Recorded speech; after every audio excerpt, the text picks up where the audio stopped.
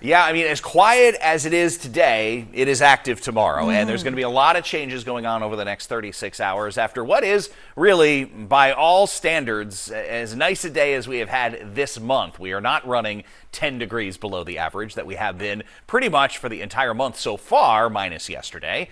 And it is with blue sky and a light wind. So we're checking a lot of boxes out there this afternoon. However, clouds will start to increase later tonight. A few periods of rain overnight, turning to a steady rain, heavy at times tomorrow morning through about early afternoon. The potential of a half inch to a full inch of rain.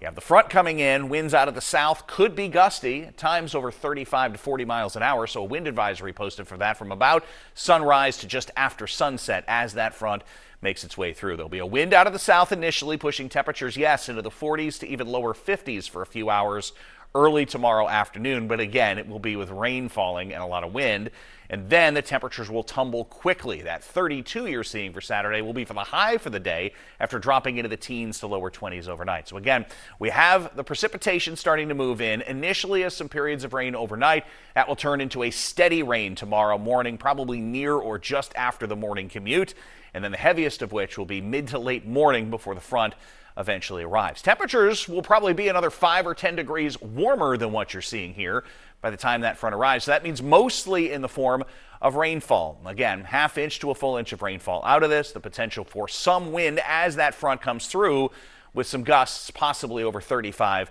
to 40 miles an hour. Now, as the front does inch to our east later in the afternoon, clearing skies behind it, setting up a huge drop in temperature. Winds turn to the west, and so what is 40s to lower 50s at 1 or 2 o'clock drops just below the freezing mark as we go probably past 7 or 8 o'clock in the evening, and then we fall all the way into the teens and 20s overnight. We wring out a few inches of light snow up north. Otherwise, it's a brisk but sunny day on Saturday. A couple of more snow showers a possibility Saturday night and into early Sunday. It's behind the secondary disturbance that we drag down colder air yet again. So we may briefly touch 40 degrees on Sunday afternoon with partial sunshine, but we're going to go right back into the colder air heading into the last few days before Christmas. And there is a chance of a little bit of light snow on Tuesday. That stands to be a chance of at least an inch or two in some spots out of that, which could clinch a white Christmas in some areas after a lot of melting is expected.